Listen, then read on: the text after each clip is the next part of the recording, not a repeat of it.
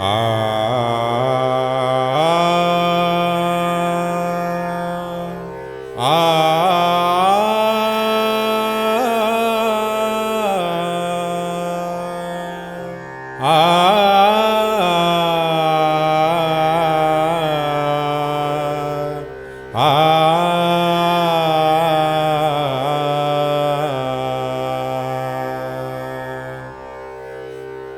स्वये श्री प्रभु सार्थ लीला विहारी।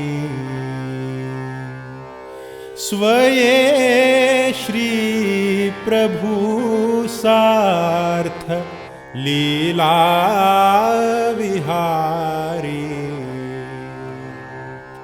स्वकीयांचिया पाप तापा निवारी। सदा सिद्ध जो इष्ट स्फूर्ति कराया। सदा सिद्ध जो इष्ट स्फूर्ति कराया। नमस्कार मार्तंड माणिक पाया। नमस्कार मार्तंड माणिक पाया।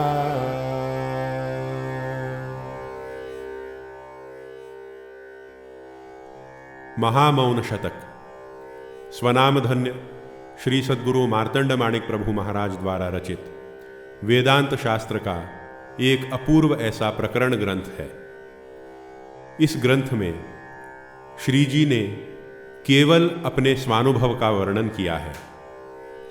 यह ग्रंथ वेदांत सीखने के लिए उपयोगी नहीं है, अपितु जिन्होंने शास्त्र का गुरुमुख से श्रवण किया है, परिश्रम पूर्वक मनन करके मन में शास्त्र में निरूपित सिद्धांतों के विषय में उठी समस्त शंकाओं का निरसन कर लिया है, और जो केवल निदिध्यासन के द्वारा उस ज्ञान के फल को प्राप्त करना चाहता है, ऐसे ज्ञान संपन्न मुमुक्षु के लिए श्री जी ने अत्यंत कृपापूर्वक अपने स्वानुभव का खजाना खोल कर रख दिया है। बद्री केदार की यात्रा कब करें, कैसे करें, किस विधि से करें इत्यादि सूचना देने वाली मार्गदर्शिका होती है। उस पुस्तक के आधार पर यात्री अपनी यात्रा का नियोजन करता है, किंतु जो स्वयं बद्री केदार होकर आया है उसके अनुभव कथन में किसी प्रकार का कोई मार्गदर्शन नहीं होता। वह केवल हिमालय के उत्तुंग शिखरों से सामीप्य के अपने आनंद को अभिव्यक्त मात्र करता है। यह ग्रंथ मार्गदर्शन पर नहीं है, यह श्रीजी के आनंद की उन्मुक्त अभिव्यक्ति मात्र है।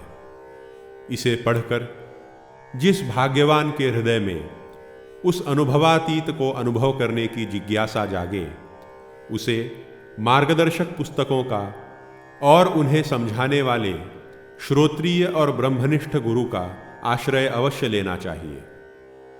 श्री मार्तंड माणिक प्रभु महाराज पूर्ण ज्ञानी आत्म साक्षात्कारी अवतारी महापुरुष थे। उन्होंने जिस आत्मानंद को अनुभव किया उसे शब्दों में अभिव्यक्त करना अत्यंत असंभव होते हुए भी उन्होंने अपने तपस्सामर्थ्य से अंततः उसे इस ग्रंथ के माध्यम से अभिव्यक्त कर ही दिया। इसीलिए उन्होंने अन्यत्र भी कहा है, गुज बोलवे ना बाई, सुख सांग वे ना बाई, स्फूर्ति आवरे ना, एकोह महात्मा गुज बोलवे ना। गुप्त रहस्य बतलाया नहीं जा सकता। जो सुख मेरा स्वरूप है वह कहा नहीं जा सकता। किंतु इस ज्ञान की स्फूर्ति को नियंत्रित भी नहीं किया जा सकता, उसे छिपाया भी नहीं जा सकता। वह प्रकाश की भांति अपने आप को उद्भासित कर देता है। आत्म प्रकाश खंड मृग जल माया बंड सदानंद चिन्मार्तांड स्फूर्ति आवरेना एकोहमात्मा गुज बोलवेना। जिस प्रकार सूर्य के प्रकाश को रोकना असंभव है, उसी तरह आत्मा का आनंद रूप भी छिपाया नहीं जा सकता। लाख छिपाने पर भी वह अभिव्यक्त हो ही जाता है। अतः श्रीजी का आत्मोल्लास महामौन शतक इस ग्रंथ के भुजंग प्रयात छंद में लिखे गए 112 श्लोकों के माध्यम से अभिव्यक्त हुआ है। महामौन शतक के 16 प्रकरणों को विविध रागों में संगीतबद्ध करके गेयात्मक रूप में मुद्रित किया गया है। महामौन शतक की इस सांगीतिक प्रस्तुति को हम श्री चरणों में समर्पित कर रहे हैं। नमो श्री प्रभो माणिका निर्विकल्पा। नमो श्री प्रभो माणिका निर्विकल्पा।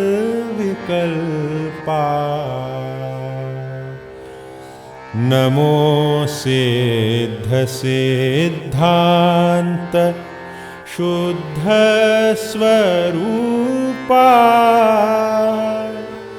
नमो नेति नेतीति वेदांत वेद्या। नमो नेति नेतीति वेदांत वेद्या। नमो निश्चला ब्रह्म रूपैक आद्या। नमो निश्चला ब्रह्म रूपैक आद्या।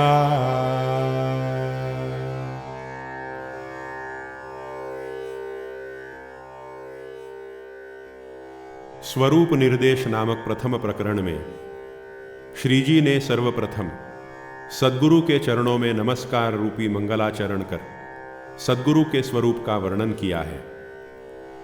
वास्तव में उस स्वरूप का वर्णन वाणी के माध्यम से कदापि संभव नहीं है, तथापि उस स्वरूप का वर्णन करने का प्रयास श्रीजी अवश्य करते हैं, क्योंकि जिस स्वरूप की प्राप्ति हमें करनी है, किंबहुना जो हमारा ही स्वरूप है, उसे जाने बिना वह हमें प्राप्त हुआ, ऐसा हम नहीं कह सकते। इसलिए इस प्रथम प्रकरण में प्रभु के स्वरूप का निर्देश किया गया है। यहां निर्देश शब्द महत्वपूर्ण है। निर्देश का अर्थ संकेत है। यहां प्रभु के स्वरूप की ओर संकेत मात्र किया गया है। वह स्वरूप कैसा है, यह नहीं बतलाया गया, क्योंकि वह बतलाया ही नहीं जा सकता।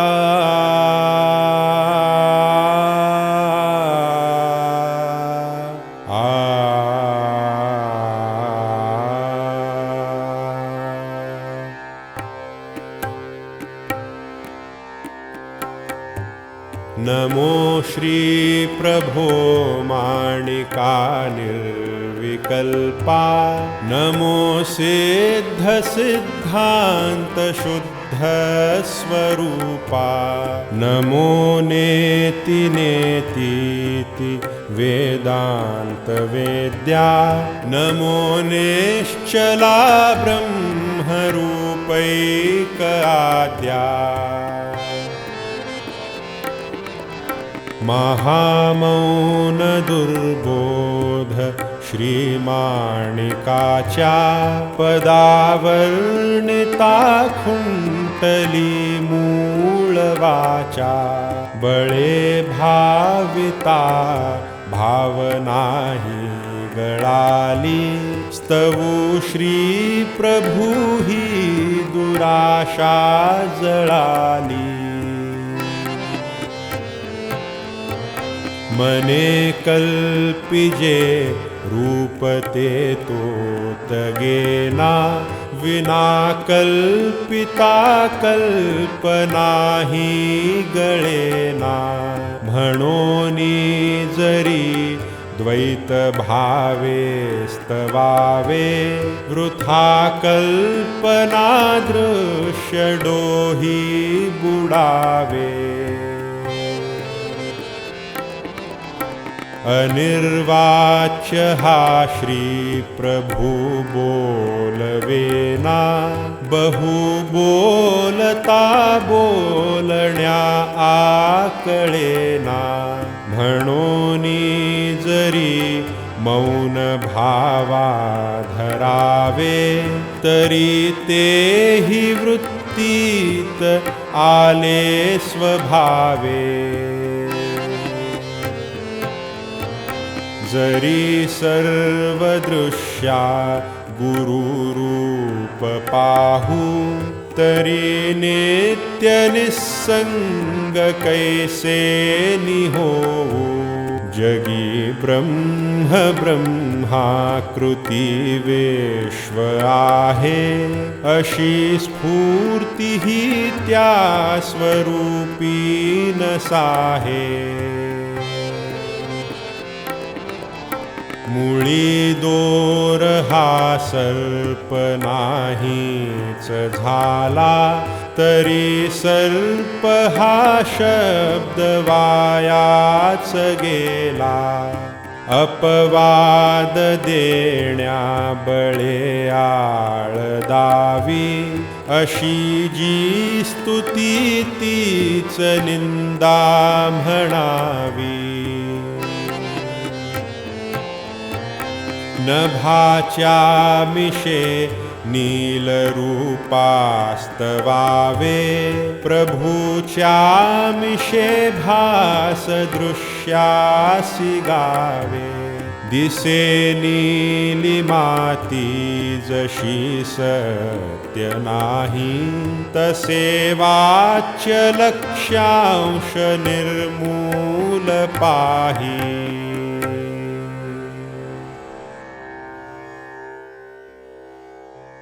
प्रथम प्रकरण में श्री प्रभु के स्वरूप का निर्देश किया गया। अब वह प्रभु है इसका प्रमाण क्या? क्योंकि भारतीय दर्शन में किसी भी अप्रमाण कथन को स्वीकार नहीं किया जाता। ज्ञान होने के साधन को प्रमाण कहते हैं।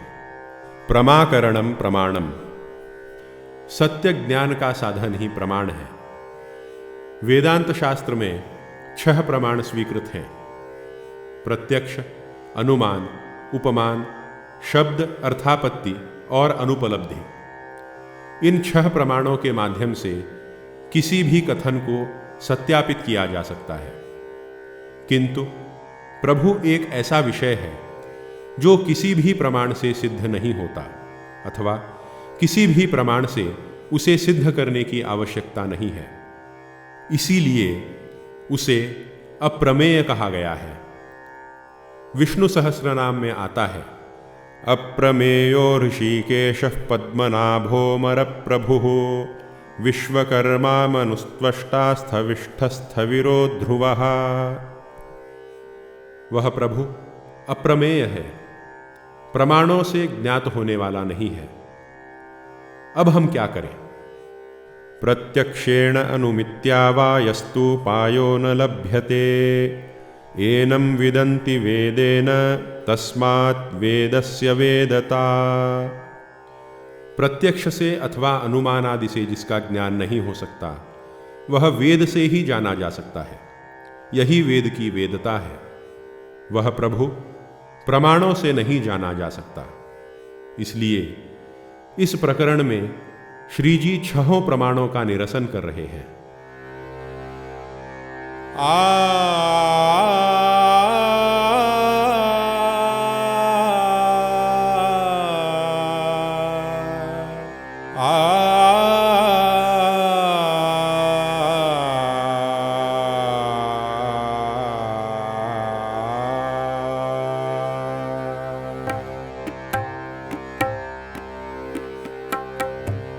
न से रूपत्याके विप्रत्यक्ष दावु अनुमाननालिंग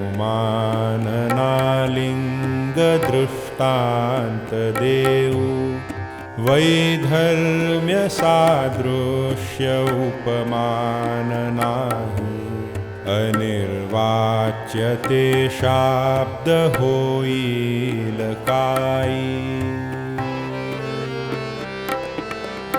न संपाद्य संपादकाची कथाही म्हणोनी न दृष्ट श्रुतार्थ प्रमाही अभावाजरी पूर्ण ब्रह्मत्व आले अभाव प्रमामूल निर्मूल झाले।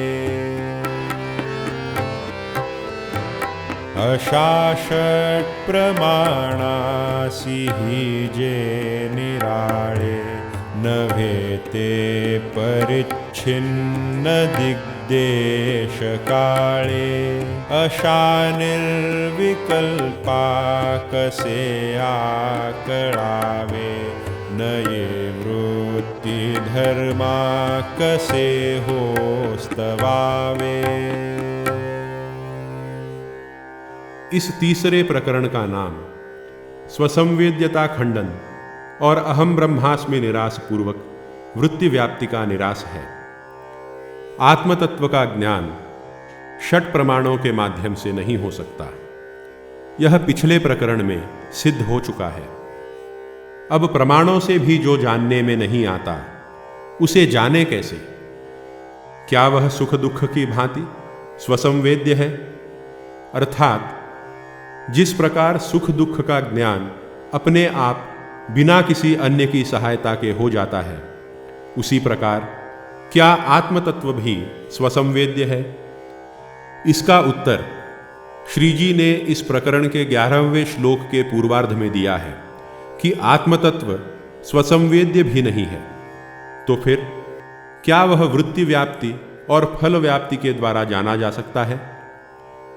इसका उत्तर श्री जी ने 11वें श्लोक के उत्तरार्ध से 27वें श्लोक तक दिया है। वेदांत में ज्ञान होने की एक विशेष प्रक्रिया है।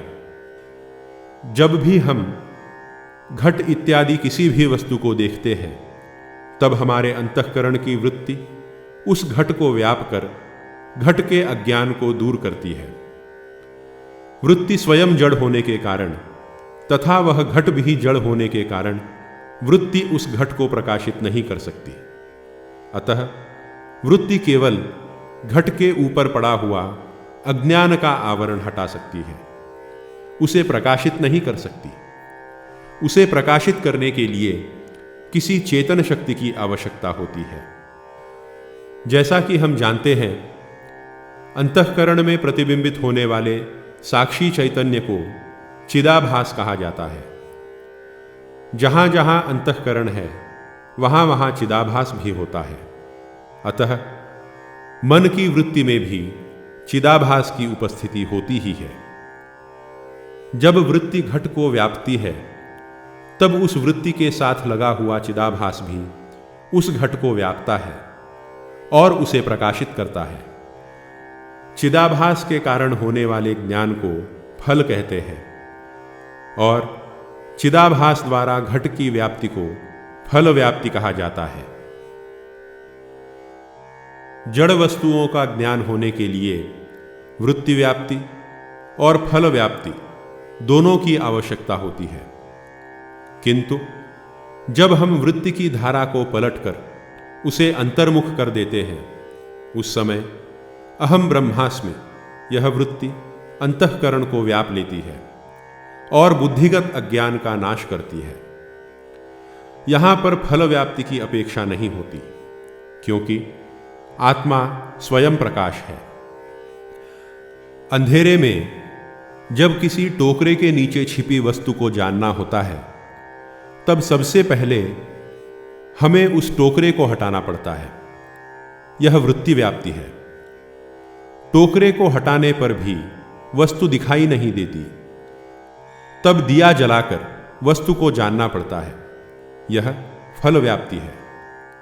किंतु टोकरी के नीचे यदि एक दीपक रखा होता तो केवल टोकरी को हटाने भर की देर है, दीपक स्वयं उजागर होता है। दिया जलाने की अर्थात फल व्याप्ति की आवश्यकता नहीं रहती। अतः चेतन आत्मा को जानने के लिए केवल वृत्ति व्याप्ति ही पर्याप्त है। यहां फल व्याप्ति की आवश्यकता नहीं है। इस प्रकार ज्ञान के होने की प्रक्रिया वेदांत ग्रंथों में सर्वसाधारण रूप से कही गई है, किंतु यहां इस प्रकरण में श्री जी अहम ब्रह्मास्मि इस वृत्ति का एवं वृत्ति व्याप्ति का भी निरसन करते हैं।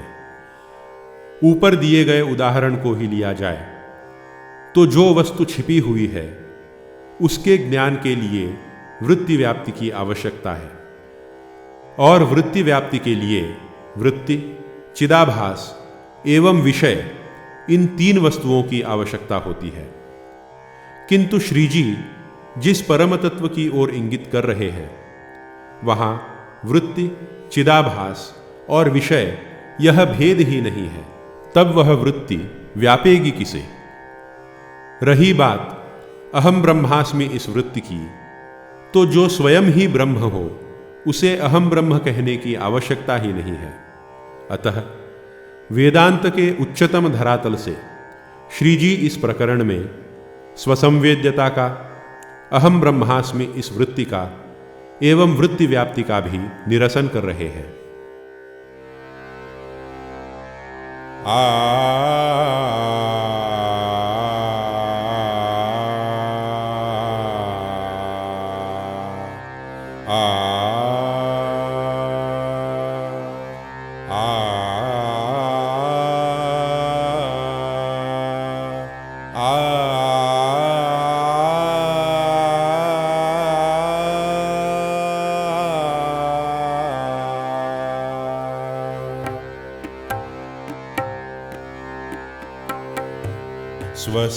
स्वसंवेद्यता ज्याची त्याला कळेना, स्वये अग्नितोही स्वतेजे जळेना, असा बोध झाला तिला तीच तुर्या, म्हणे मीच हो चित सुख ब्रह्म भार्या।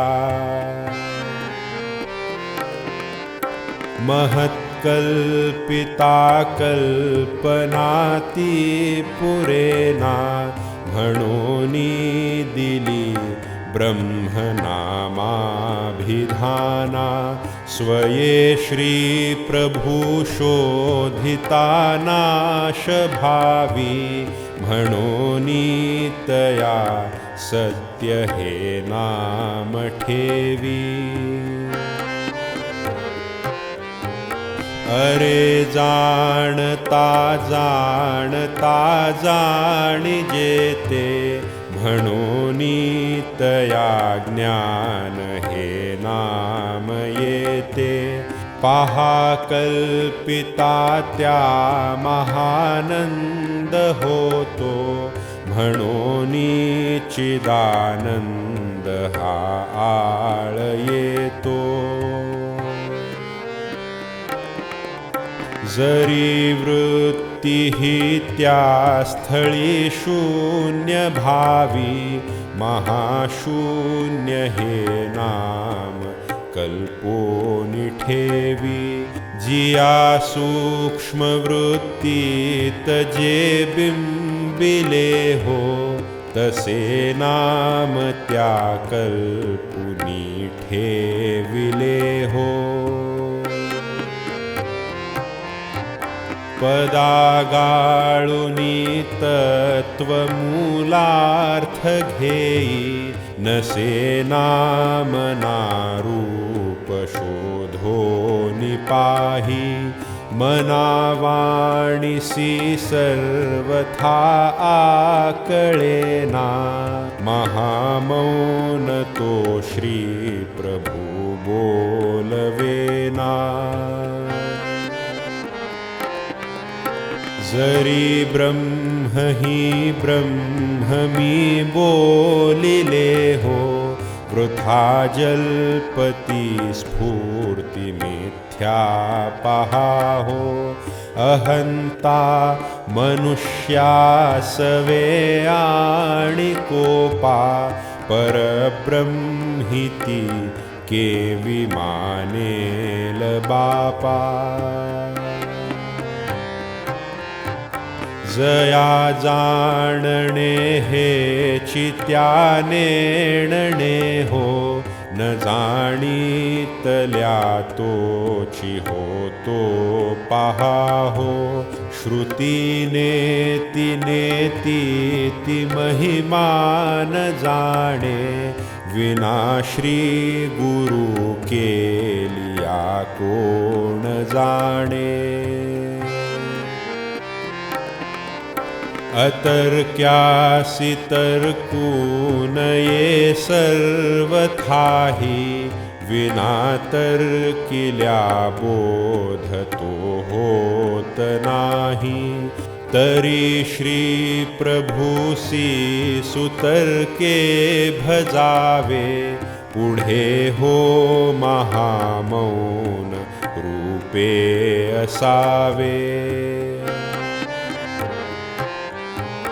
सुतर्के सदा दुष्ट तर्कासि वारी, महाकल्पनेने विकल्पासि मारी.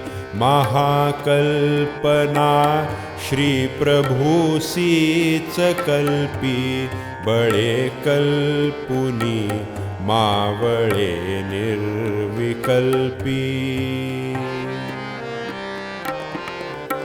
गुरुरूपमी ब्रह्ममी विश्वतोमी, अशा उठती ज्या महाज्ञान ऊर्मी. प्रभु सेवनी सर्वही त्या त्यजाहो, महामौनया श्रीपदी लीन भाहो. अहं देहि उच्चारिता पाप जैसे, अहं ब्रह्म म्हणता आहा पुण्य तैसे. पहा शृंखला लोह हे माची घाली, नभे मुक्तता बंधना मूळ झाली. जशी निंद्यति काम्य कर्म प्रतिष्ठा, स्वरूपी तशी ही अहं ब्रह्मनिष्ठा. अहंता गुणे ईश ही बद्ध होतो, आहा हा कसा जीव हा मुक्त होतो. अहंता बळे सर्वही दृष्ट झाले, मुळी पाहिजे तेची निर्मूळ केले. मुळी राखिता वृक्ष नोहे न जाणा अहंता गुणे मुक्त तो बद्धमाना तथापि जरीही भ्रमज्ञान जाळी परी पाहिजे पूर्ण ब्रह्मी मुराली जसे अन्न ते पुष्टी तुष्टी सखावे परी जेविल्या पक्व जीर्णेची भावे मनोवृत्ति जी शुद्ध ब्रह्मासी भावी स्वरूप स्थिती तीच बोलो निदावी नसे ज्ञान स्फूर्ती स्वरूपी कदा हो महामौन एकांत बोधे पहा हो जिहि पावले तेन जन्मो नियाले बरे जाहले तेची होवो निठेले परंधामी त्या जाणिवेनेची जावे परंधामी त्या जाणिवेनेची जावे परी जाणिवा टाकुनी तेची भावे नसे ना दिसे ब्रह्म ही हो अविद्या दिसे सर्व ही ब्रह्म ही हो सुविद्या जसा स्वप्नीचा शूर व्याघ्रासी मारी जसा स्वप्नीचा शूर व्याघ्रासी मारी तशी ही सुविद्या अविद्येसी वारी तशी ही सुविद्या अविद्येसी वारी तशी ही सुविद्या अविद्येसी वारी।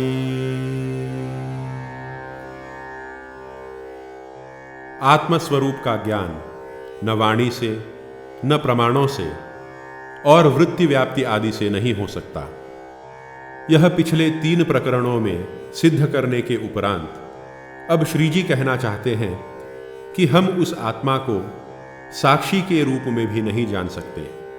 यद्यपि श्वेताश्वतर श्रुति ने उसे साक्षी, चेता और निर्गुण कहा है और कैवल्य श्रुति ने उसे तेभ्यो विलक्षण साक्षी चिन्मात्रोऽहं सदाशिवः तीनों अवस्थाओं में जो कुछ भी भोक्ता, भोग्य और भोग के रूप में है उनसे विलक्षण साक्षी रूप वह सदाशिव स्वयं मैं ही हूं, ऐसा कहा है।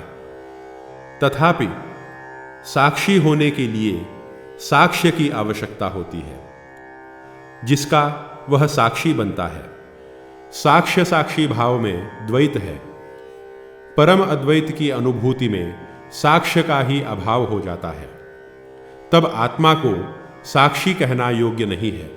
इसलिए इस प्रकरण में श्री जी आत्मतत्व के साक्षित्व का निरसन करते हैं।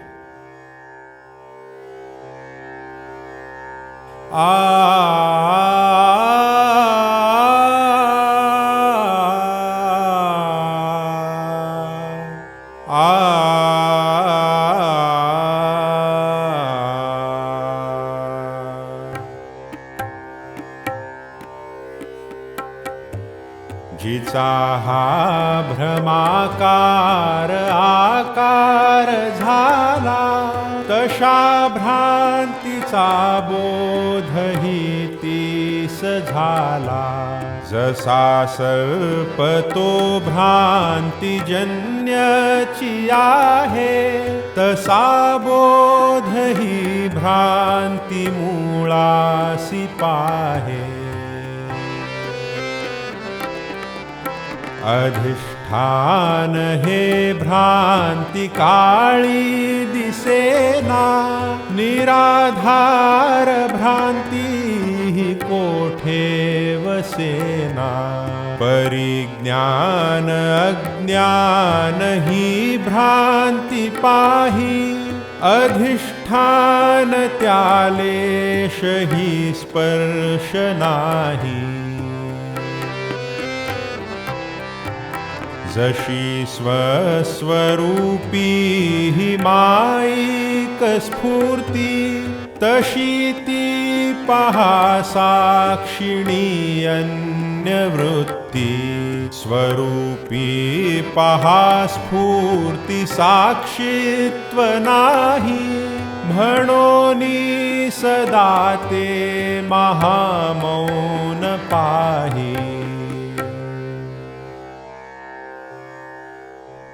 पिछले 4 प्रकरणों में स्वरूप का निश्चय नहीं हो पाया, इसलिए इस 5वें प्रकरण में श्रीजी स्वरूप निश्चय के प्रकार पर प्रकाश डालते हैं।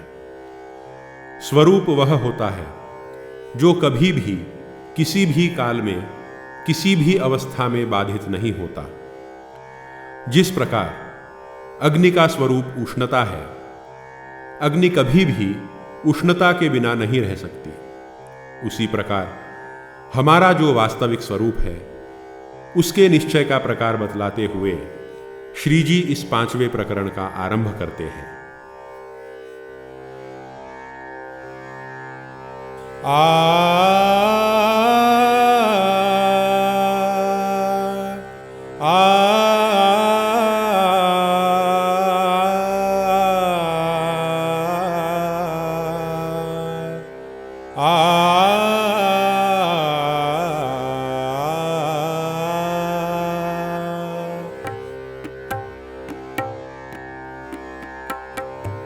सुषुप्तीत जो भोग आनंद झाला, स्वये भोगुनी तो न जाणे तयाला। परी जागृतीच्या अवस्थेत पाही, विना भोग झाल्या स्मृती होत नाही। तदाकार वृत्तीत जो भोग होतो, स्वस्वानुभवतोची उच्चार होतो। स्वरूपी जरी स्फूर्तिलेशांश नाही, स्वस्वानुभवतो हि मिथ्या न पाही।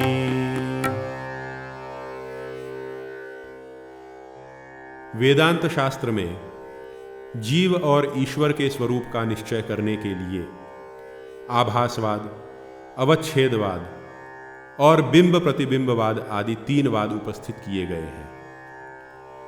आभासवाद में माया में जब चैतन्य की छाया पड़ती है तब उसे ईश्वर, और जब वह छाया अविद्या की उपाधि में पड़ती है तब उसे जीव कहते हैं।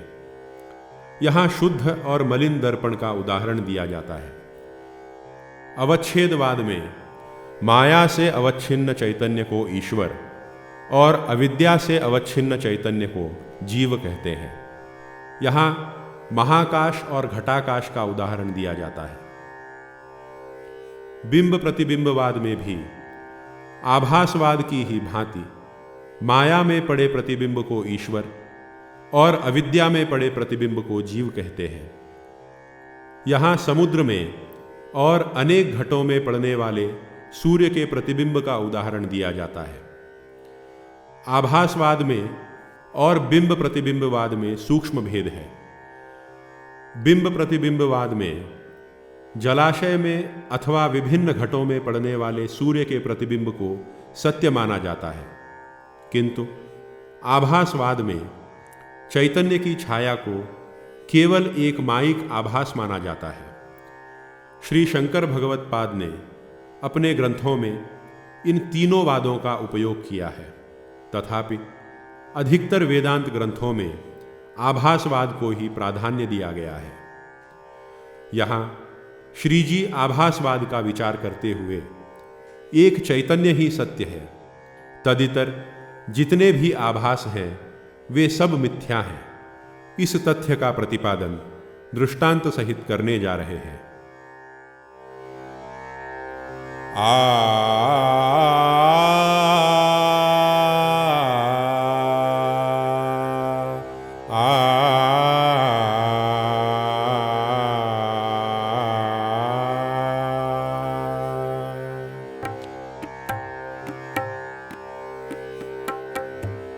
असा बोध जावृत्ती बिंबासी झाला, विचारे पाहातो हि मिथ्यात आला। म्हणून खरे हे जसे दृश्य नाही, तसा सर्व द्रष्टा हि मिथ्याच पाही। जशी नित्य ही नीलिमा सत्य वाटे, विचारे पहा सर्वथा रूप खोटे। त्रिकालीन भानील संबंध जैसे, नसे नील रूपासी ही नाश तैसे। जया अंतरी शुद्ध सज्ञान जागे, अशा भ्रांती चाले शही त्यान लागे। त्रिकालीन भापूर्ण सत्यत्व जाणा, तसी नीलिमाही असत्याची माना। जिला प्रातिभासिक सत्यत्व आहे, तिला पारमार्थिक मिथ्यात्व पाहे। जसे नील रूपासी मिथ्या पहावे, असोनी तसे दृश्य जाणून घ्यावे। विना नीलिमा त्यान भासी न पाहे, विना वृत्ती त्या ब्रह्म सौख्यान लाहे। दिसे नीलिमा ती मुळी सत्य नाही, तसे चाखिले तेहि मिथ्याच पाही। अजन्मा जसा स्वप्नी स्वप्नास भोगी, तसा हो पहा जीव संसार भोगी। जशी स्वप्नीची हाक त्या जागविते, गुरुवाक्य तैसे भ्रमा घालविते। जरी स्वप्नीची हाक ती पूर्ण मिथ्या, परी जागण्या हो तसे तीच सत्या। जसे जागृता स्वप्न संस्कार होती, तसे ज्ञानी आहे अहम ब्रह्म स्फूर्ती।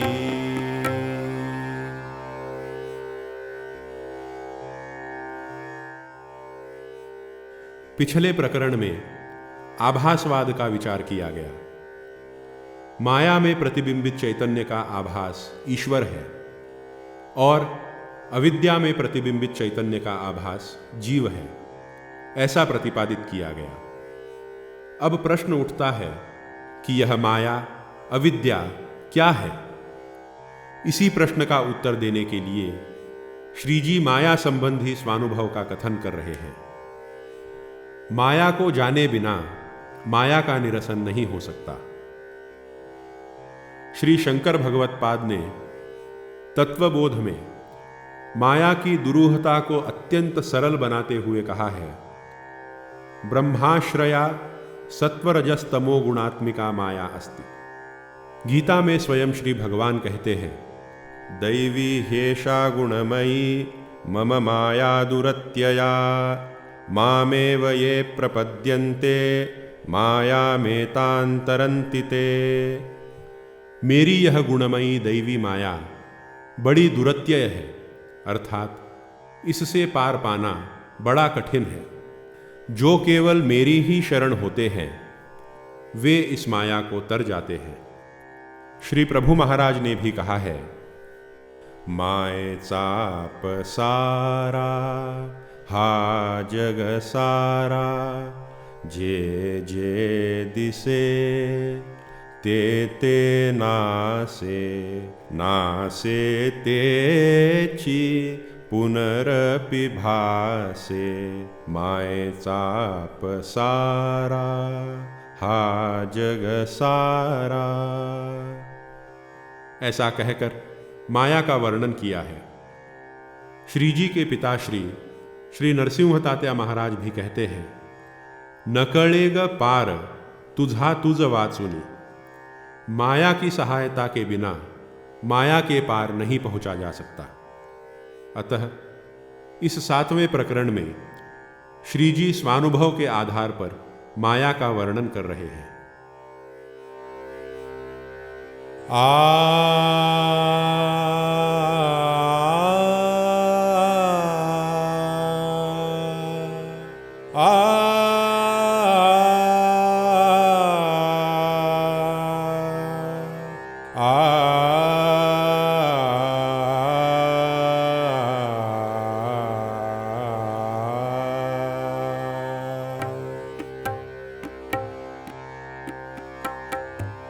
पहा पान सोनीच आभास भासे नसे भासते हे विचारे प्रकाशे म्हणोनीच दुर्बोध ही ईश माया बहुतर्किता तर्क ही होत वाया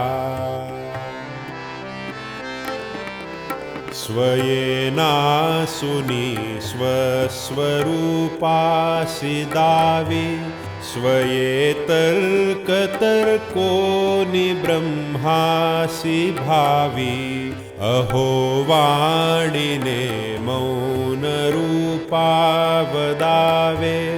परिशब्द त्यागे स्वये मौन भावे जशी शर्करा गोडी वाचे वदावी चवी चाखण्यातीच खायास द्यावी विना भक्षिल्या गोडी तीही कळेना जिला भक्षिली तीत गोडी असेना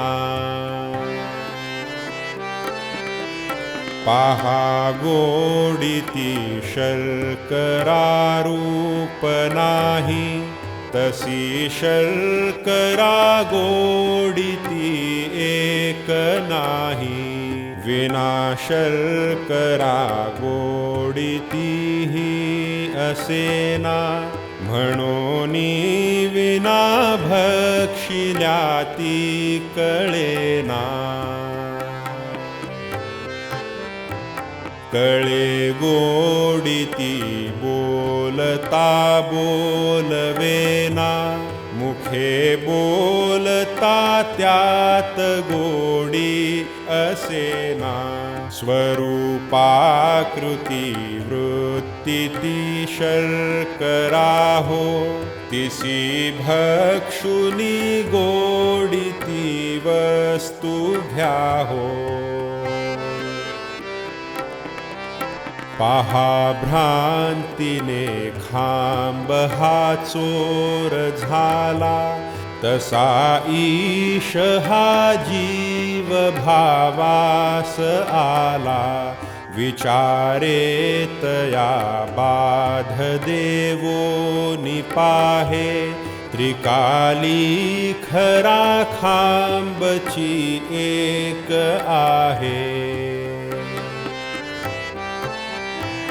मुळी खांब हा चोर झालाची नाही, तया बाध देणे वृथा कष्ट पाही. जसा भ्रांती ज्ञाने पडे मोह फाशी, तया ज्ञान हे स्वात्मबोधे प्रकाशी.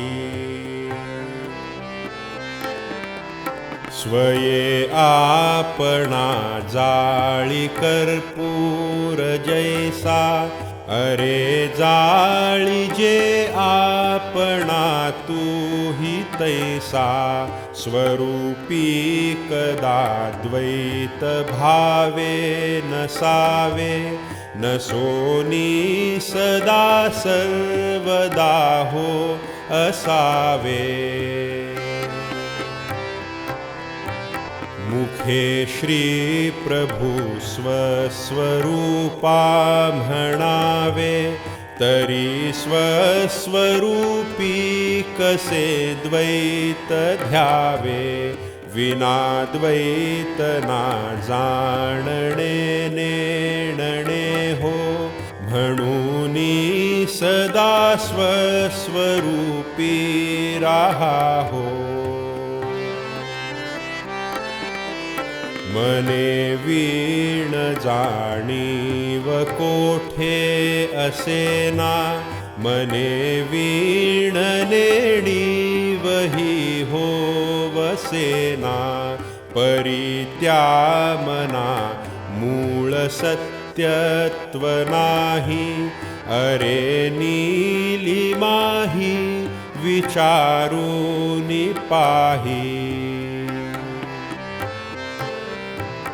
असा श्री गुरु बोध संकेत झाला, स्वये नाही साहोनी पूर्ण ठेला.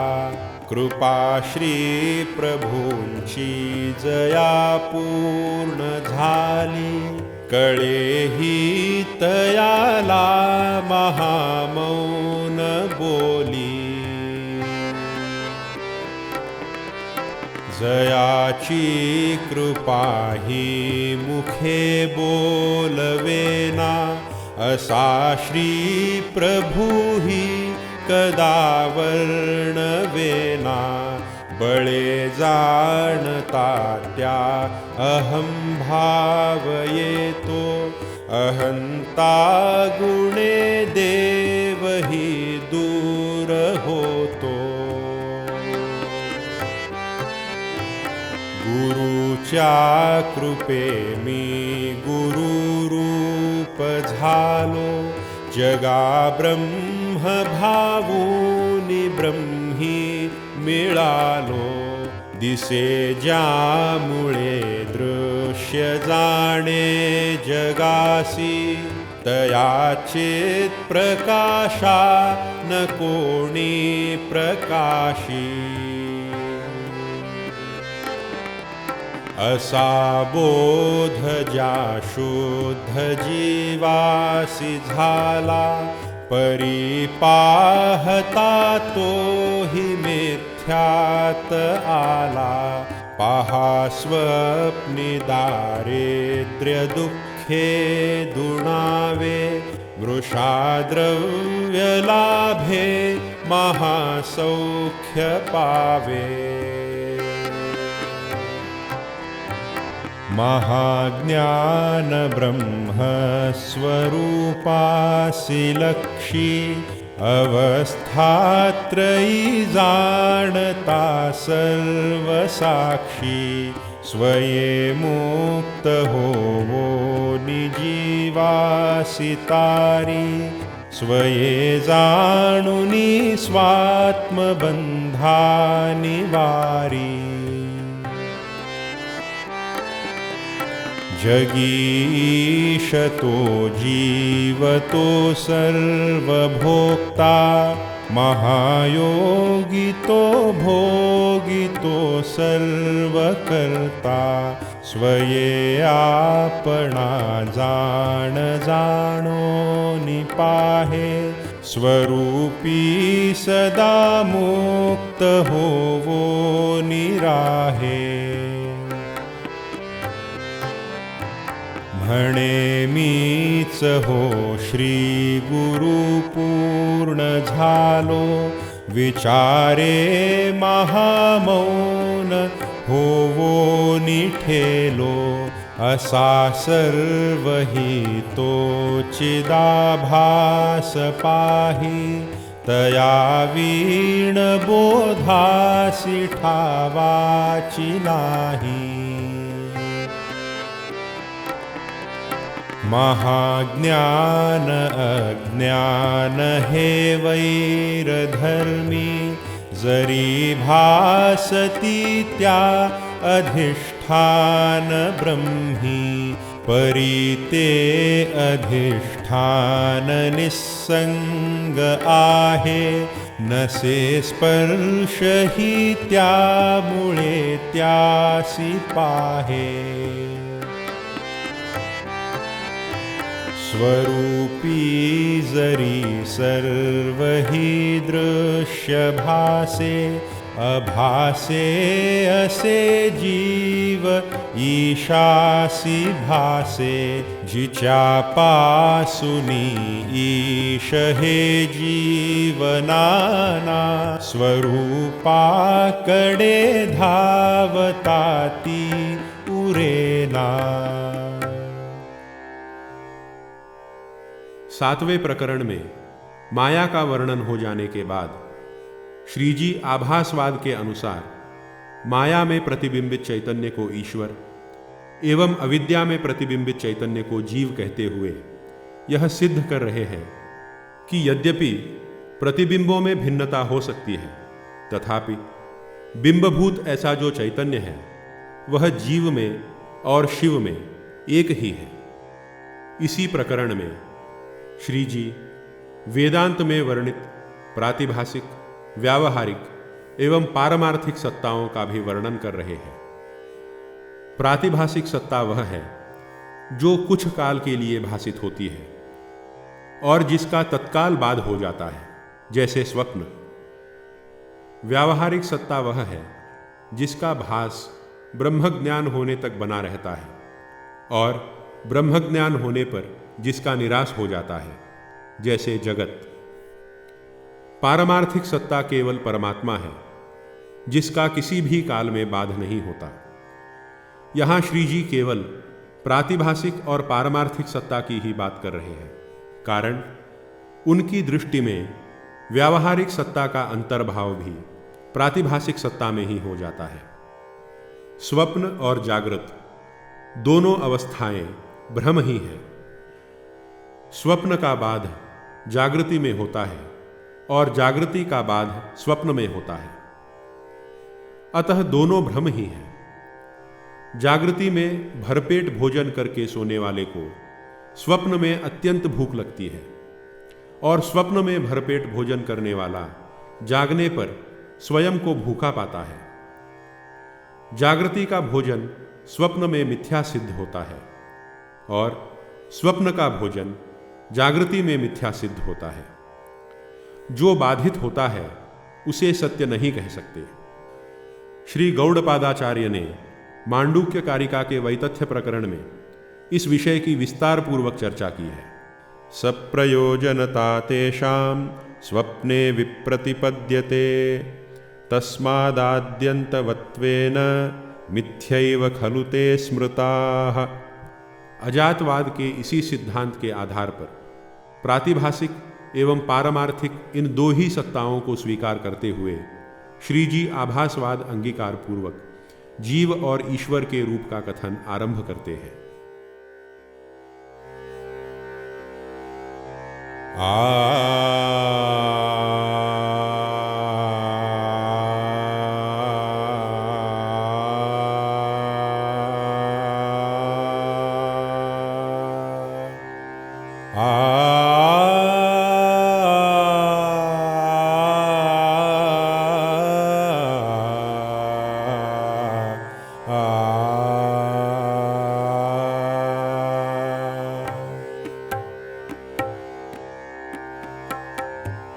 अशी ही बयाजी महाज्ञान स्फूर्ती तिने निर्मिली जीव ही ईशमूर्ती जरी ही परब्रह्म सत्ता म्हणावी सती नासती तुच्छ मिथ्या पहावी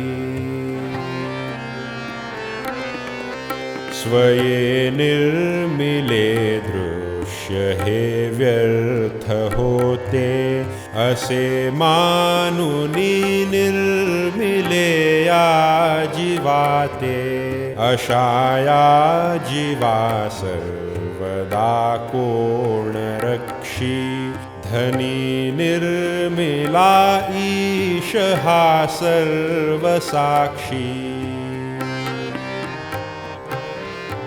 स्वये निर्मिले जे असे दोन पक्षी चिदाभास कल्पोनिया त्यासी रक्षी नको या स्थळी घेऊ संदेह काही अरे वेद सिद्धांत शोधोनि पाही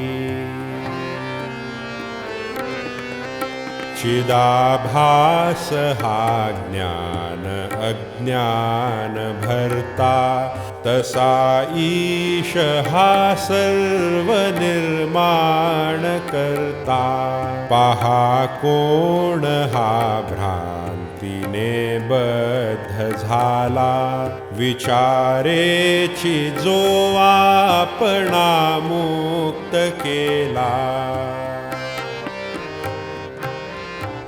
तदाकार होवो निया बोध सांगे म्हणे ब्रह्म मी जाहलो संत संगे स्वरूप स्थिती सर्व बोलो निदावी स्वये स्वस्वरूपा परब्रह्म भावी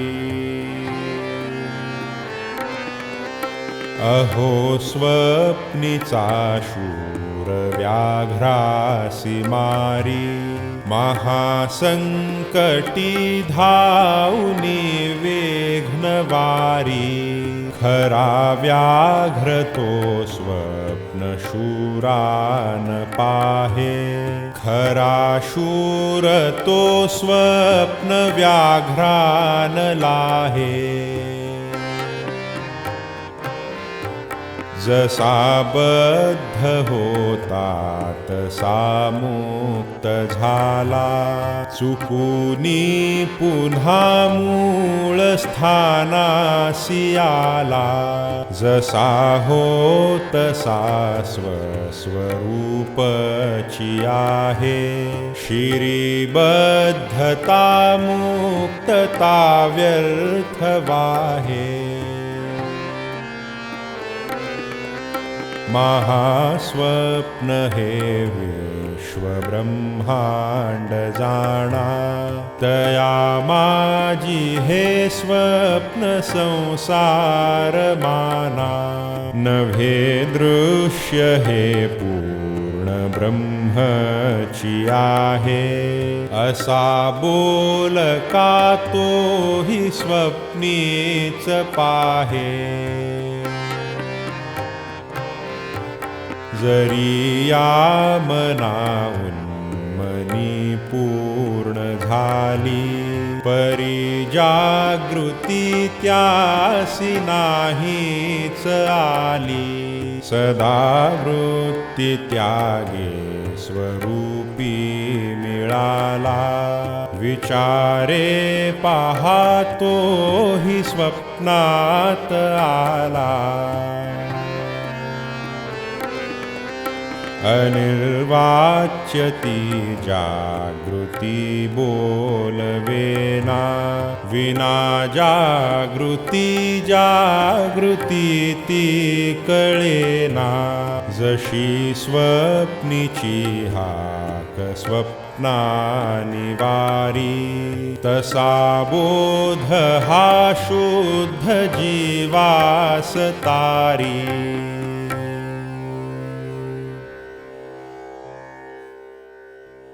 परमात्मा सच्चिदानंद रूप है। सत्यम ज्ञानम अनंतम ब्रह्म। ब्रह्म सत्य है, ज्ञान स्वरूप है और अनंत है। इस तैत्तिरीय श्रुति में कहे गए लक्षण के आधार पर आत्मा को सच्चिदानंद कहा जाता है। अपने स्वयं के अस्तित्व को नकारने वाला जगत में कोई भी नहीं है। यदि कोई अपने ही अस्तित्व को नकारता है, तब उससे पूछना चाहिए कि मेरा अस्तित्व ही नहीं है, ऐसा जो तू कहता है वह समझकर कह रहा है या बिना समझे कह रहा है। अपने अस्तित्व को जाने बिना कोई भी अस्तित्व है या नहीं यह नहीं बता सकता। इसका अर्थ यह हुआ कि वह समझकर ही बता रहा है। तब उससे पूछना चाहिए कि वह समझने वाला कौन है। उस समझने वाले के अस्तित्व को तो स्वीकार करना ही पड़ेगा। और यदि वह कहे कि मुझे मेरे अस्तित्व के विषय में शंका है, तब उस संशय करने वाले के अस्तित्व को तो स्वीकार करना ही पड़ेगा। अतः अपने अस्तित्व को कोई भी नकार नहीं सकता। यह कभी भी बाधित न होने वाला अस्तित्व ही सत के नाम से जाना जाता है। मैं हूं, इसे मैं जानता हूं। जानना ज्ञान के बिना संभव नहीं है। श्री जी अन्यत्र कहते हैं, मी आहे अनुभवी सत्ता प्रगटे, अनंत जन्म ज्ञान विणचेतन न घटे।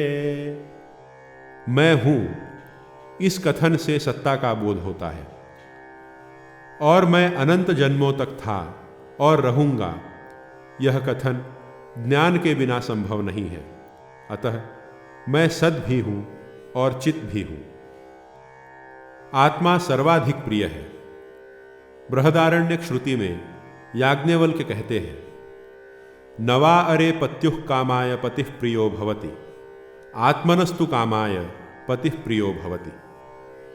नवा अरे जायायै कामाय जाया प्रिया भवति, आत्मनस्तु कामाय जाया प्रिया भवति। कोई भी पति, पत्नी, बाप, बेटा आदि दूसरे के सुख के लिए प्रेम नहीं कर सकते। सभी केवल अपने ही सुख के लिए दूसरे से प्रेम करते हैं। इससे यही सिद्ध होता है कि आत्मा ही सर्वाधिक सुख का मूल है और इसलिए वही परम प्रिय है, वही आनंद स्वरूप है। श्रुति में अनंतम शब्द का प्रयोग हुआ है, किंतु यहां हम आत्मा को आनंद रूप कह रहे हैं। यह कोई विरोधाभास नहीं है, क्योंकि जो वस्तु सीमित होती है, अल्प होती है, वह परम प्रिय नहीं हो सकती। जो वस्तु असीम और अनंत है, वही परम प्रिय और आनंद रूप हो सकती है। इस अर्थ की छांदोग्य श्रुति भी है, यो वै भूमा तत्सुखम नाल्पे सुखमस्ति। जो अनंत ब्रह्म है वही सुख स्वरूप है, अल्प में सुख नहीं होता। उपर्युक्त विवेचन से सिद्ध होता है कि आत्मा सच्चिदानंद स्वरूप है, किंतु सच्चित और आनंद ये तीन परस्पर भिन्न लक्षण यदि आत्मा को दिए गए तो आत्मा की एकता, अखंडता, एकरसता और अद्वितीयता बाधित होती है, क्योंकि छांदोग्य श्रुति में उसे सदैव सौम्य इदमग्र आसीत एकमेवाद्वितीयम कहा गया है। ऐसी शंका उपस्थित होने पर शास्त्र में मशाल के दृष्टांत से आत्मा की अद्वितीयता को सिद्ध किया गया है। मशाल की ज्योति आरक्त, उष्ण और प्रकाशमान है। इस वाक्य में 3 विशेषण कहे गए हैं, आरक्त, उष्ण और प्रकाशमान। इन तीनों विशेषणों का प्रयोग होने पर भी मशाल की ज्योति में स्वगत भेद की संभावना नहीं होती। मशाल की ज्योति में जो आरक्तता है वही उष्णता है, और जो उष्णता है वही प्रकाशमानता है। उसी प्रकार जो सत है वही चित है, और जो चित है वही आनंद है। इस प्रकरण में श्री जी सच्चिदानंद इस नाम का विवेचन करते हुए उस परब्रह्म परमात्मा को इस नाम की भी आवश्यकता नहीं है यह सिद्ध कर रहे हैं। कारण नाम शब्दों से बनते हैं, और कोई भी शब्द उस परब्रह्म को पूर्णतः अभिव्यक्त नहीं कर सकता। अतः शब्द को त्याग कर उसके अर्थमात्र को ग्रहण करने का उपदेश इस प्रकरण में दिया गया है।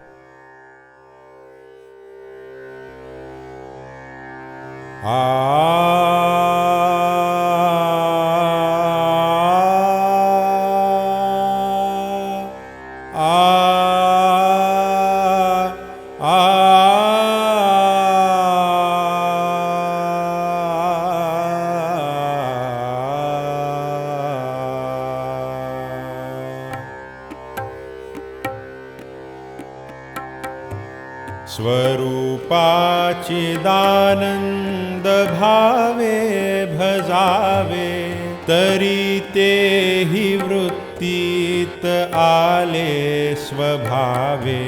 नसे नाम संबंधना लक्षणाही, विना केलिया श्री गुरु होत नाही। पहा सत्ववृत्तीत जे ब्रह्म आले, तया ज्ञान हे नाम वेदेची बोले। विना वृत्ती आनंद ही जाणवेना, म्हणून चिदानंद हे बोलवेना। अविद्या जडा दुःखदाही असावी, स्वरूपाचिदानंद हे नाम ठेवी। अपवाद हा व्यर्थ ब्रह्मी वदावा, तरी सर्वनामे परब्रह्म गावा। नसे स्वस्वरूपत्व उल्लेख पाही, तरी स्वस्वरूपा स्वरूपत्व नाही। पदातीत वाक्यार्थ शोधो निघेसी, तरी तू महामौन तत्काल होसी।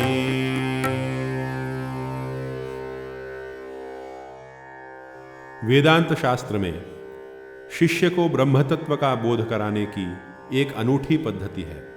इसे अध्यारोप अपवाद कहते हैं। ब्रह्म की सत्यता, जगत का मिथ्यात्व और जीव ब्रह्मैक्य, इन 3 की सिद्धि वेदांत शास्त्र करता है। किंतु अज्ञ जनों को समझाने के लिए जगत सत्य है ऐसा मानकर सृष्टि का उपक्रमोपसंहार बतलाकर तदनंतर एकमेवाद्वितीयम ब्रह्म यह सिद्धांत सिखलाना पड़ता है। पहले आरोप करना, तदनंतर उसी आरोप का निराकरण करना पड़ता है।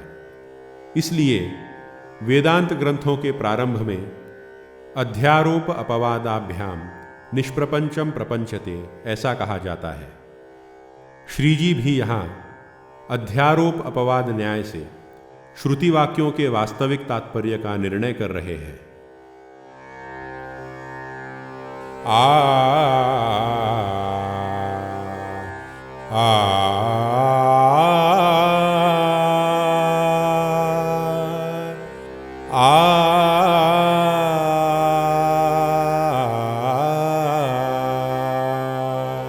आ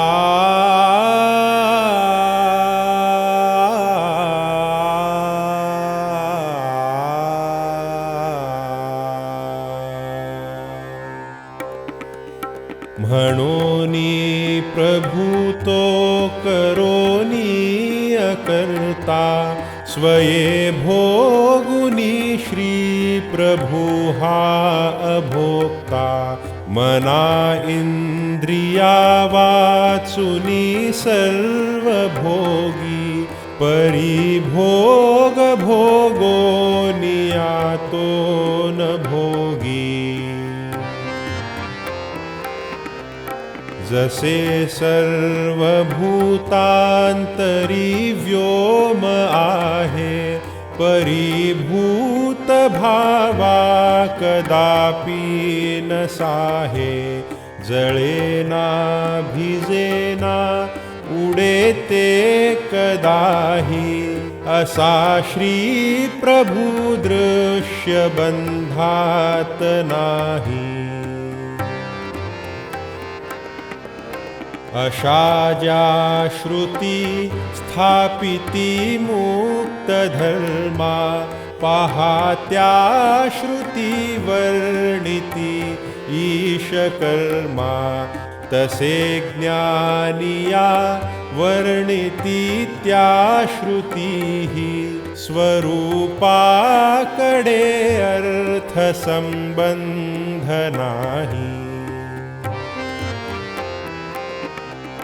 जरी त्या श्रुती वर्णिती स्वस्वरूपा तरी हाची गा मुख्य आरोप बापा परिज्ञानिया हेची ऐश्वर्य पाही बळे भोगुनी स्वल्प ही लेप्त नाही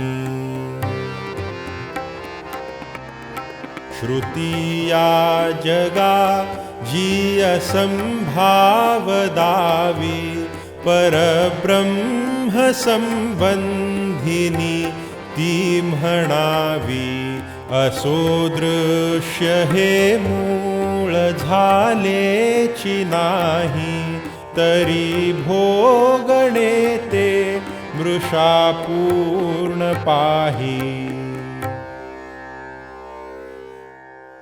आत्मन स्वरूपावस्थितोर मोक्षः आत्मा का स्वरूप में अवस्थान ही मोक्ष है।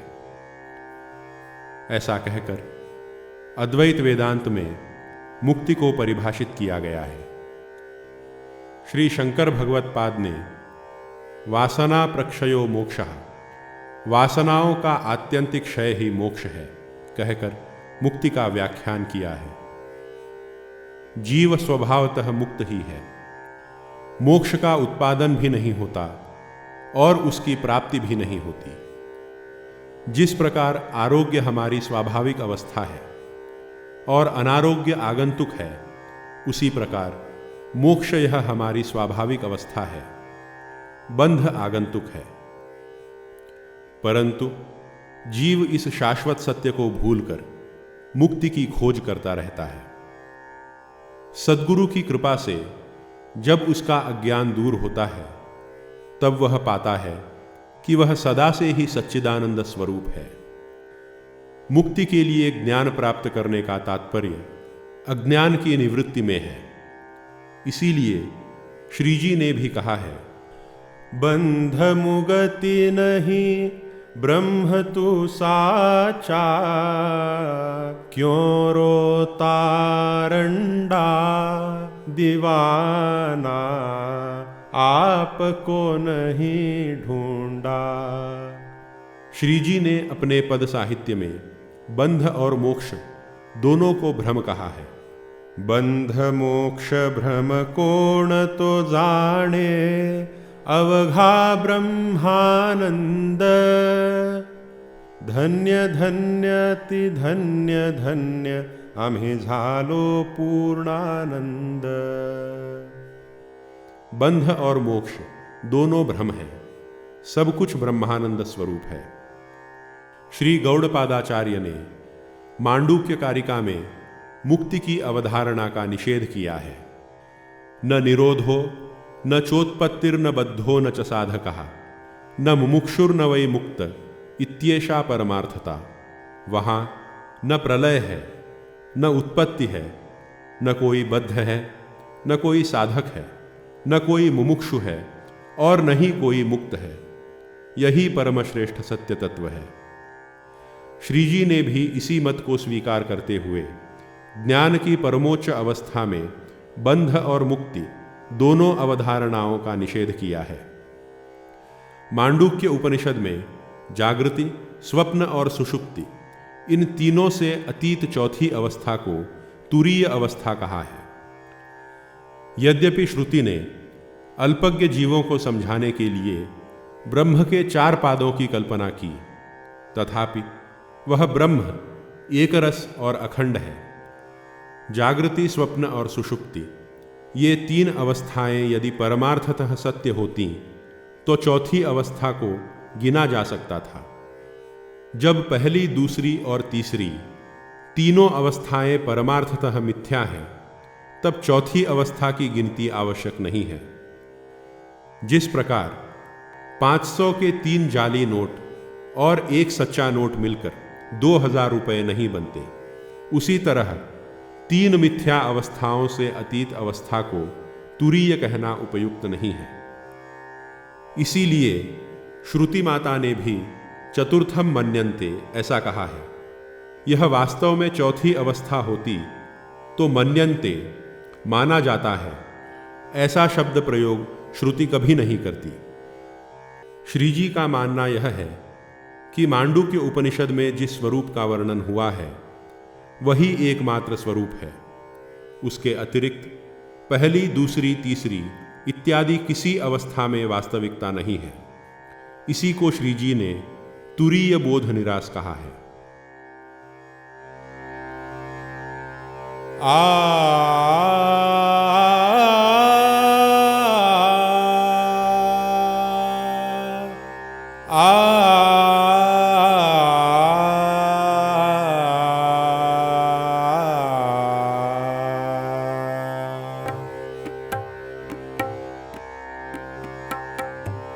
बळे कल्पिता त्या महादोष लागे, म्हणोनी श्रुती नेती नेती ती सांगे, असे नाही त्यासी कदा बोलवेना, विधिवा निषेधासी तो आतळेना।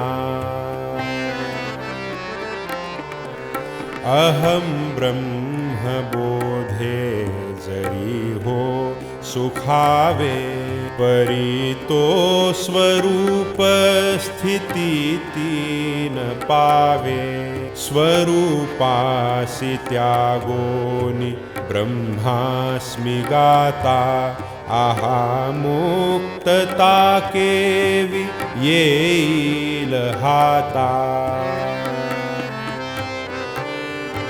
स्थिती त्यागुनी वृत्ती सौख्याची घ्यावे, तरी हो सुखे बद्ध रूपे असावे, दिसे कामुका कामिनी ब्रह्मलीला, तिला तापसी तो महातुच्छ केला। जया बद्ध मी दृश्य हे तुच्छ वाटे, अहम ब्रह्म बोधे तया सौख्य दाटे। अरे ज्या स्थली स्फूर्ती वार्ता ही नाही, अहम ब्रह्म वा बद्ध निर्मूल नाही। पहा द्रव्य लोभास जो आड आला, मृषा सर्प तो युक्तीने दूर केला, महालाभ हाता न येत देता पाहाहो, वृथा विघ्ननासे धनी तोषलाहो। अहं ब्रह्म बोधे जरी भ्रांति गेली, स्वरूप स्थिती पूर्ण हातान आली। उदयान आदित्य अद्याप आला, परी कुक्कुटा तो महानंद झाला। 11वें प्रकरण में मुक्ति का वर्णन करने के बाद इस 12वें प्रकरण में श्री जी भक्ति के स्वरूप का वर्णन कर रहे हैं। पिछले 11 प्रकरणों में अद्वैत सिद्धांत की परमोच्च भूमिका को स्वीकार कर एक ब्रह्म के अतिरिक्त अन्य कुछ है ही नहीं कहने वाले श्री जी अकस्मात भक्ति की बात कर रहे हैं। यह देखकर आश्चर्य होने की संभावना है। साधारणतया भक्त और भगवंत के बीच परस्पर आत्यंतिक प्रेम को भक्ति कहा जाता है। नारद महर्षि ने सात्वस्मिन् परम प्रेम रूपा अमृत स्वरूपा च कहकर भक्ति को परिभाषित किया है। भक्ति में प्रेमी और प्रेमास्पद यह भेद स्पष्ट दिखाई देता है। मोक्ष साधन सामग्र्यां भक्तिरेव गरीयसी, स्वस्वरूपानुसंधानम भक्तिरित्यभिधीयते। मोक्ष की साधन सामग्री में भक्ति ही सर्वश्रेष्ठ है और स्वस्वरूप के अनुसंधान को ही भक्ति कहते हैं कहकर भक्ति की महत्ता और उसके स्वरूप का वर्णन किया है। यद्यपि स्वस्वरूप के अनुसंधान को ही भक्ति कहकर आचार्य श्री ने भक्ति में द्वैत का अभाव ही दर्शाया है, तथापि स्वस्वरूप और उसका अनुसंधाता यह सूक्ष्म भेद फिर भी रह जाता है। अद्वैत की परमोच्च अवस्था में भक्ति का क्या प्रयोजन, यह प्रश्न अनुत्तरित ही रहता है। श्री नरहरि विरचित बोधसार ग्रंथ में इस प्रश्न का उत्तर मिलता है। द्वैतम मोहाय बोधात प्राग जाते बोधे मनीषया, भक्त्यर्थम कल्पितम द्वैतम अद्वैतादपि सुंदरम, पारमार्थिकम अद्वैतम द्वैतम भजन हेतवे, तादृशी यदि भक्ति स्यात् सा तु मुक्ति शताधिका। बोध से पहले का द्वैत जीव को मोह में डाल सकता है, परंतु बोध हो जाने पर कल्पित द्वैत अद्वैत से भी अधिक सुंदर होता है। वास्तविक तत्व तो अद्वैत ही है, पर भजन के लिए द्वैत है। ऐसी भक्ति मुक्ति से 100 गुनी श्रेष्ठ है। गीता में भी श्री भगवान कहते हैं, ये भजन्ति तु मां भक्त्या मयि ते तेषु चाप्यहम्। परंतु जो भक्तिपूर्वक मेरा भजन करते हैं वे मेरे में हैं और मैं उनमें हूं। अतः श्री जी यहां जिस भक्ति की बात कर रहे हैं वह ज्ञानोत्तर भक्ति है। ज्ञान से पूर्व की भक्ति में द्वैत है, ज्ञानोत्तर भक्ति का फल अद्वैत है। इसीलिए श्री जी अपने एक पद में भी कहते हैं, राम कृष्ण संत सज्जन महंत, भक्त भगवंत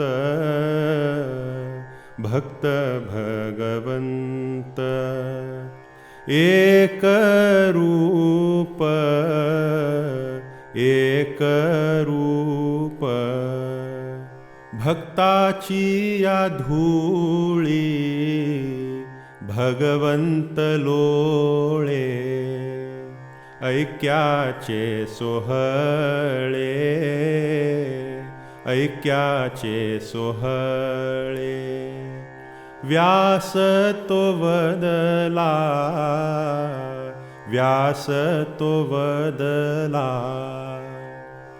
ऐसी अद्वैत भक्ति का वर्णन करने के लिए श्री जी इस 12वें प्रकरण का आरंभ करते हैं।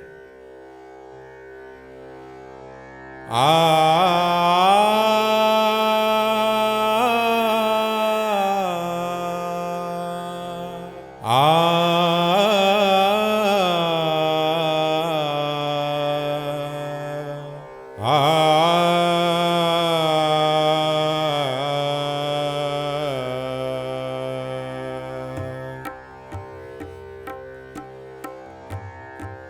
पदा पावण्या ज्ञान हे द्वार मोठे महाद्वार ओलांडिता वस्तु भेटे महाद्वार ओलांडुनी आत जावे स्वयेना सुनी मुख्य देवा भजावे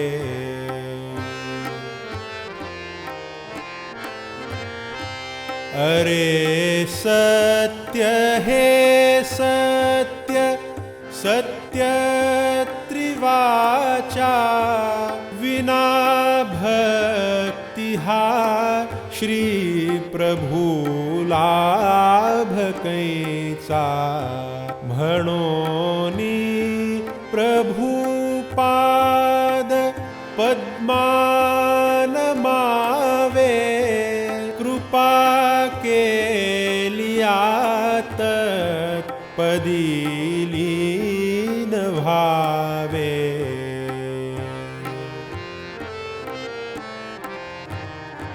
कृपाती अहम ब्रह्म स्फूर्ति सिमारी कृपाती महासंशयातु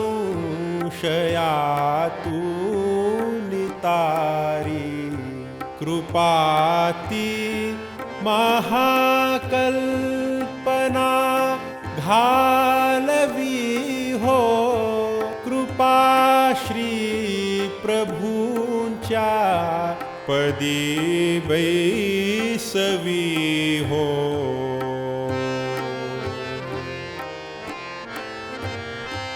कृपाती अनिर्वाच्य ही बोलवीते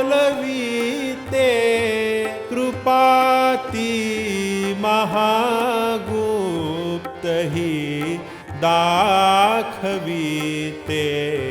कृपेने पहा दृश्य मिथ्याच भासे कृपा झालिया काळही त्यान ग्रासे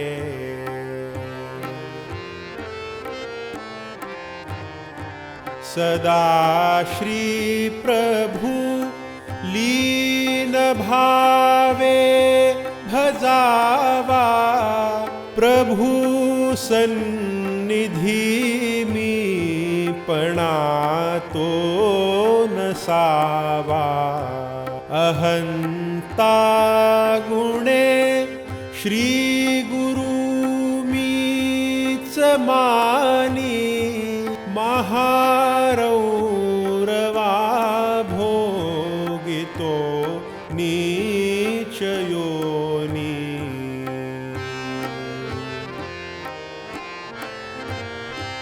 जनिदंभ योगे मुखे नाम घेतो सदा जन्म जन्मोनिया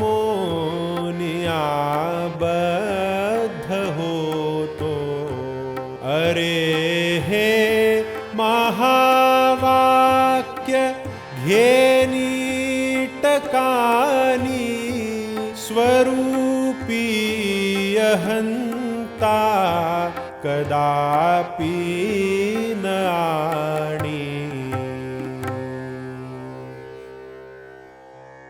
12 प्रकरणों में वेदांत के गूढ़तम सिद्धांतों का निर्वचन करने के उपरांत इस 13वें प्रकरण में श्रीजी मुख्य उपदेश देते हुए कहते हैं कि उस आत्मस्वरूप को निर्विकल्प कहना भी उचित नहीं है।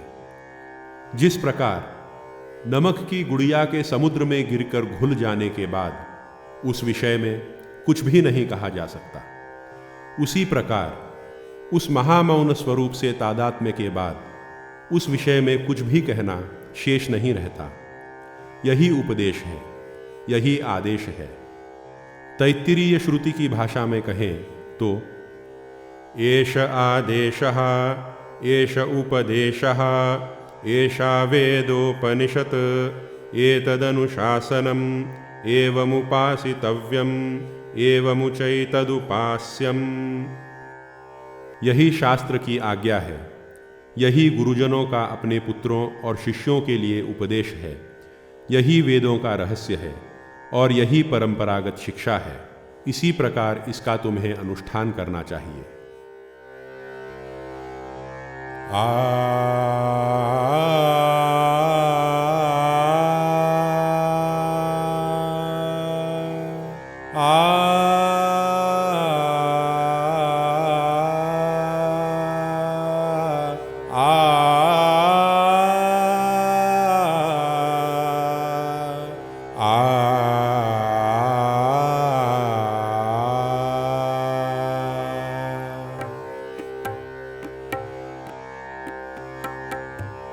अहो श्री प्रभु निर्विकल्पा म्हणावे, विकल्पासी त्यागो नियात्या भजावे।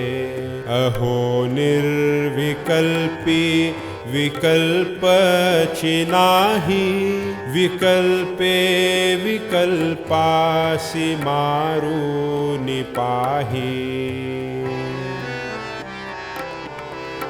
बळे घेतलिया विकल्पासी पाही, विकल्पी विकल्पासी थाराची नाही।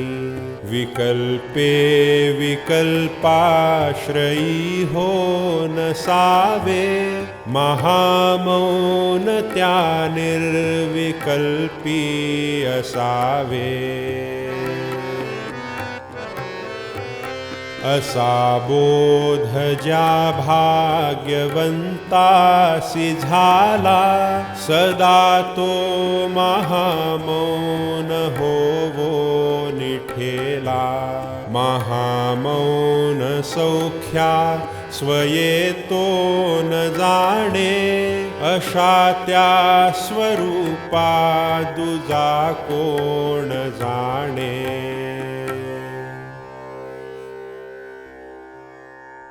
इस 14वें प्रकरण में श्रीजी वेदांत के सभी सिद्धांतों के रहस्य का सार बताते हुए मुमुक्षु को क्या करना चाहिए और क्या नहीं करना चाहिए, इस संबंध में आज्ञा दे रहे हैं। क्योंकि गुरु की आज्ञा का पालन करते हुए जो शिष्य अभ्यास करता है उसी को सफलता प्राप्त होती है। गुरु की आज्ञा के पालन का अनुशासन किसी भी शास्त्र के अध्ययन में महत्वपूर्ण है, वेदांत में तो और भी अधिक महत्वपूर्ण है।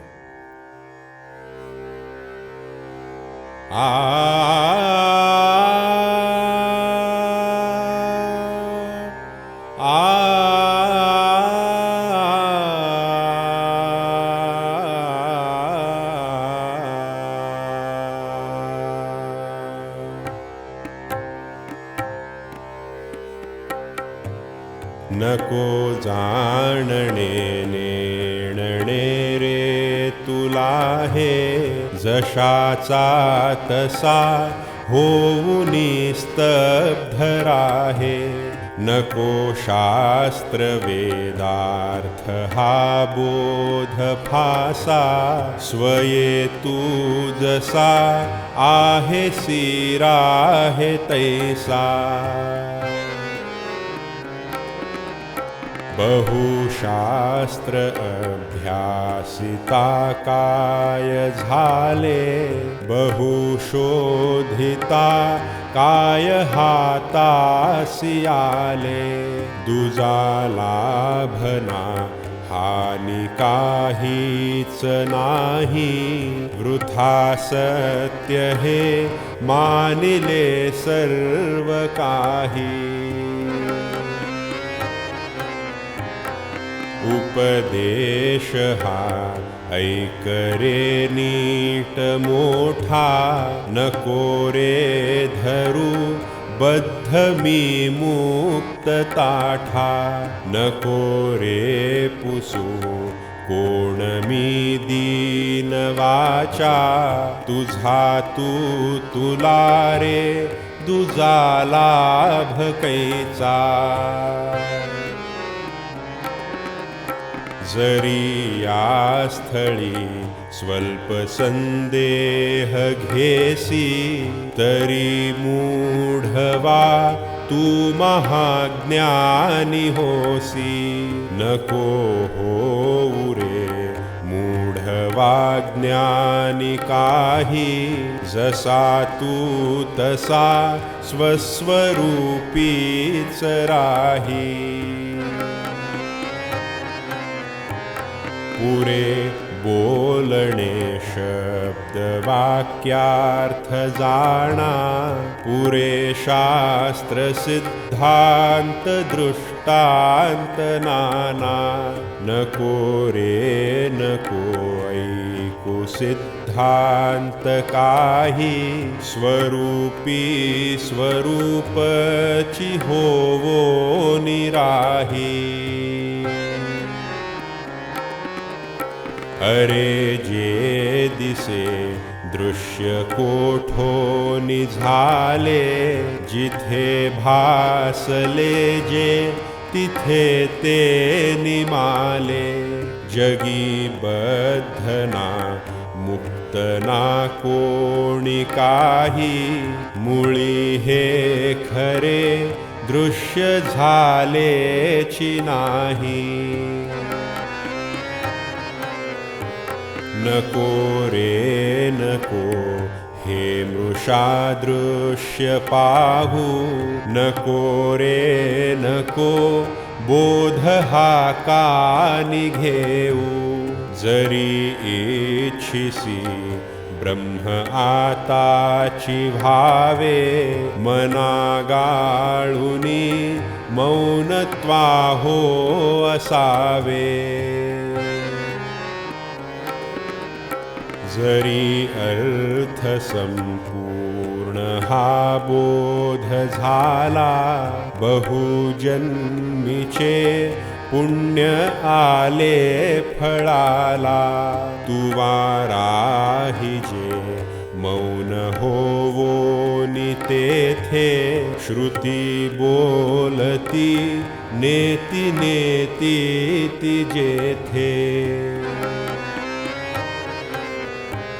स्वरूप स्थिती झाली आतीन सोडी कधीही नको घेऊ दृश्याची गोडी स्थिती टाकुनी बाह्य दृश्यात येसी सदा दृश्य दुःखे बहु कष्टी होसी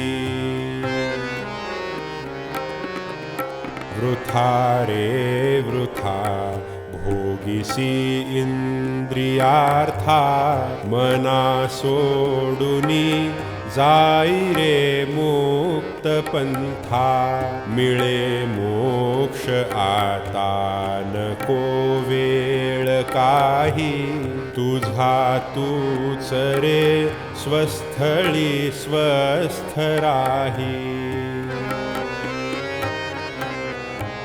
जरी आमुचे शब्द ही व्यर्थ होती परी रोकडी घेई तू ब्रह्म प्राप्ती पहा नित्य कर्म तसे ज्ञान यागा स्वयेना सुनी देतसे स्वर्ग भोगा आता सांगणे बोलणे शांत झाले गुरु गम्यते सर्व हातासी आले जसा साधु शांतीन सोडी कदाही तसा तू महा मौ होवो निराही तसा तू महा मौन होवो निराही।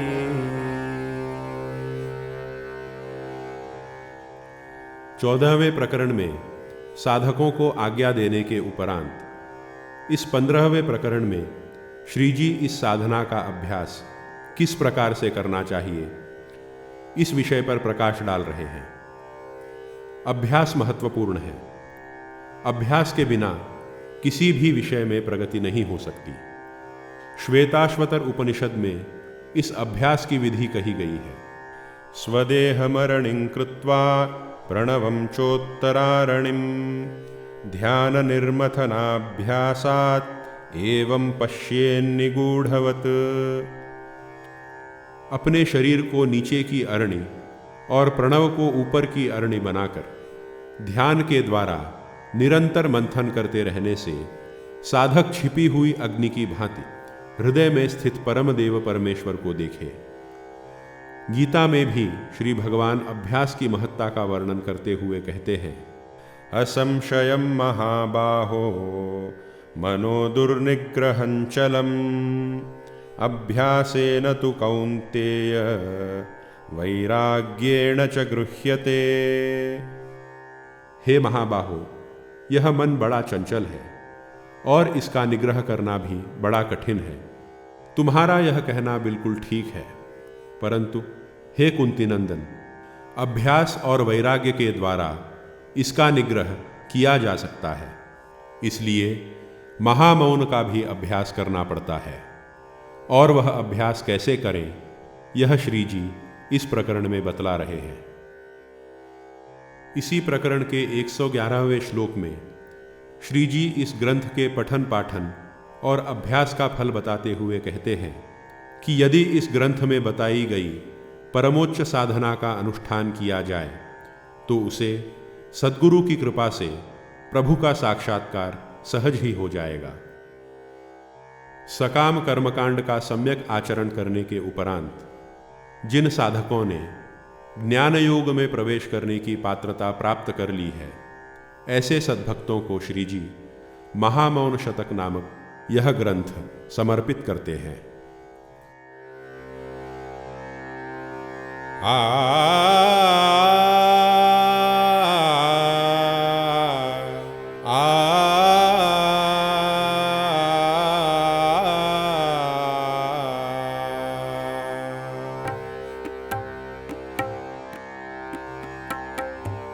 महामौन बोधे महामौन भावे जगी हो महामौन शोधो निघ्यावे। महामौन हा शब्द त्यागो निजाणा महामौन अर्था मनी पूर्ण आणा। महामौन अभ्यास तो वाढवावा महामौन एकांत सेवित जावा। महामौन रूपा बळे नित्य ध्यावे न सोनी महामौन रूपे असावे। महामौन ज्योत्या गुरु रूप माना महामौन ज्योतोची सच्छेष्य जाणा। महामौन हे निर्भय स्थान पाही पदा सोडिता सौख्य होणार नाही। महामौन विद्या महामौन भक्ति महामौन आज्ञा महामौन मुक्ति। महामौन हे द्रव्य मौनेची घ्यावे महामौन जाणो निया मौन भावे महामौन ही उन्मनी ही विराली महामौन तीखूण बाणो निगेली पुढे शब्द ही स्वस्वरूपी विराला म्हणोनी महामौन होवो निठेला असे सर्वदाते कदापि नसेना नसेना हि नाते कदापि असेना असा बोध मार्तंड हि तो निमाला स्वये निर्विकल्पी महामौन ठेला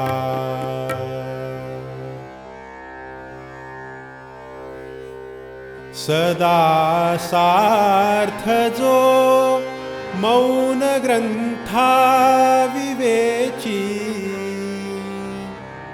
सुखे भेट होईल त्या माणिकाची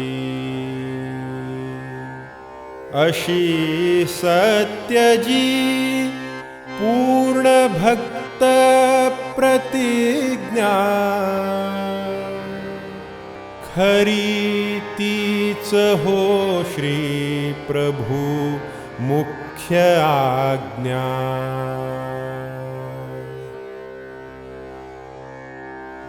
नको न्याय व्युत्पत्ति दृष्टांत देणे रिझती न जे हो महाशब्द ज्ञाने महाभक्त की मुक्त जे संत ज्ञानी महाभक्त की मुक्त जे संत ज्ञानी तया अर्पिली ही महामौन वाणी तया अर्पिली ही महामौन वाणी